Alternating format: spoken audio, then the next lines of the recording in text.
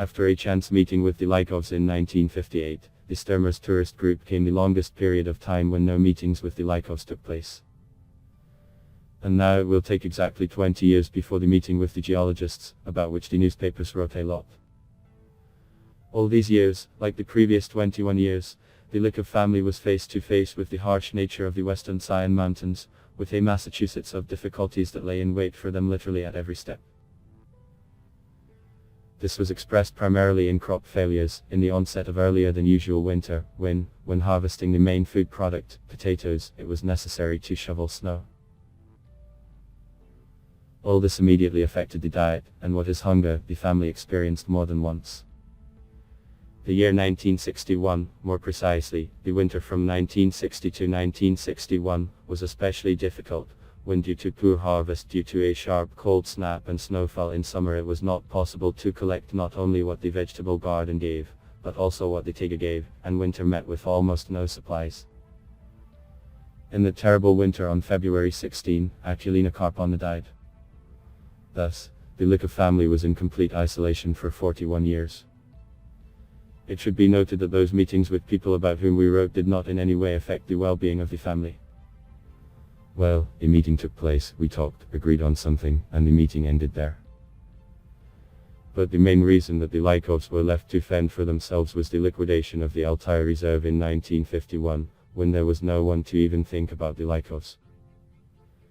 These are the dates when there were short-term meetings that we know about: 1940, 1941, 1946, 1951, 1958.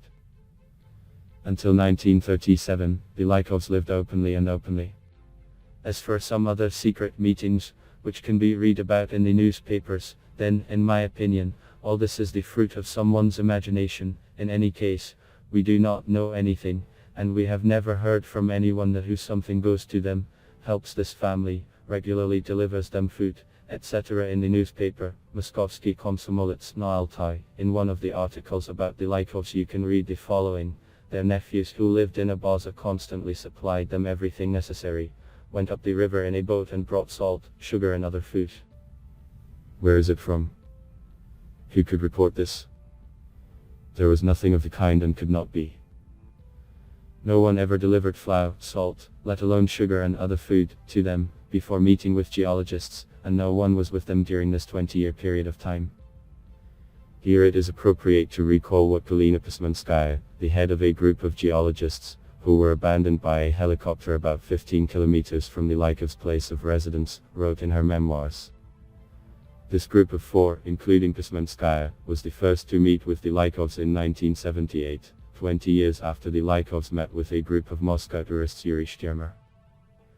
Studying the alleged place of work, the pilots drew the attention of geologists to a suspicious vegetable garden, which they managed to see from the air, choosing a convenient place for the helicopter to land. Thus, the geologists were to some extent prepared to meet mysterious people. In her memoirs, Karpovna involuntarily puts all the dots on the I, thereby proving that the Lykovs never had anyone, and that they would look different than the way they saw them. This is what she wrote when her group, focusing on the pilots' marks on the map, went to the Lykovs' house. Here are excerpts from beautifully written memoirs. And here is a dwelling near the stream. The hut, blackened by time and rains, was furnished on all sides with some kind of taiga rubbish, bark, poles, gaps. If it were not for a window the size of my backpack pocket, it would be hard to believe that people live here. But they undoubtedly lived here. Next to the hut there was a green well-groomed garden with potatoes, onions and turnips. A hole with fresh earth adhered to it lay at the edge. Our arrival was evidently noticed. The low door creaked. And into the light of day, as in a fairy tale, the figure of an ancient old man appeared. Barefoot. On the body there is a patched shirt made of burlap. From her there are trousers, and also in patches, an unkempt beard. Disheveled hair on the head. Frightened, very attentive look. And indecision. Shifting from foot to foot, as if the earth had suddenly become hot, the old man silently looked at us. We were also silent. This went on for a minute. I should have said something. I said, "Hello, grandfather. We are visiting you." The old man did not answer immediately. He stomped, looked around, touched the strap on the wall with his hand, and finally we heard a quiet, indecisive voice. "Well, come in if you came." The old man opened the door, and we found ourselves in a musty, sticky darkness. Again there was a painful silence, which suddenly broke through with sobs and lamentations. And only then did we see the silhouettes of two women. One was hysterical and prayed, "This is for our sins, for our sins." The other, holding on to the pillar that supported the sagging mat, slowly sank to the floor. The light from the window fell on her widened, mortally frightened eyes, and we realized that we had to go outside as soon as possible. The old man followed us. And he was also quite embarrassed, said that these were his two daughters. Letting our new acquaintances come to their senses, we laid out a fire on the side and got something from the food. About half an hour later, three figures approached the fire from under the canopy of the hut, a grandfather and his two daughters. There were no more signs of hysteria, fear and open curiosity on their faces. Those who came up resolutely refused from treating canned food, tea and bread. "We can't do that." On a stone hearth near the hut, they put a small iron pot with potatoes washed in the stream, covered it with stone tiles and waited. To the question, "Have you ever eaten bread?" the old man said, "I ate something. But they are not. Have not even seen." The daughters were dressed the same as the old man, in homespun hemp sacking. The cut of all the clothes was also baggy, holes for the head, a belt string. And all solid patches. In the evening the acquaintance had advanced quite far, and we already knew, the old man's name was Karpovna, and the daughter's name was Natalia and Agafia. Surname Lykovs. With prayer our interlocutors interrupted a long drawn-out conversation. There were many questions from both sides. And the time has come to ask the main question for us: how did these people end up so far from people? Without losing caution in the conversation, the old man said that he and his wife left people at God's command. We cannot live in peace. The gifts we brought, a piece of linen, threads, needles, fishing hooks, were accepted here with gratitude. The sisters stroked the fabric with their hands, looked at the light. Pismanskai's notes are taken from Peskov's book, Taiga Dead End. This short entry by Pismanskaya once again confirms the complete isolation of the Lykovs. For many years there was no connection with anyone. And geologists are laconic people, with great willpower and never say too much. I must say that the eldest daughter Natalia and son Savin saw people several times in their lives. When they lived in a village in Cairo, when they lived in Altai in the Turocek region, where Natalia was born, when observers of the reserve came to them, and in 1946 a military topographic detachment. Agafia and the youngest son Dmitry have never seen people. The first people they saw with their own eyes were the geologists of the Pismanskaya group.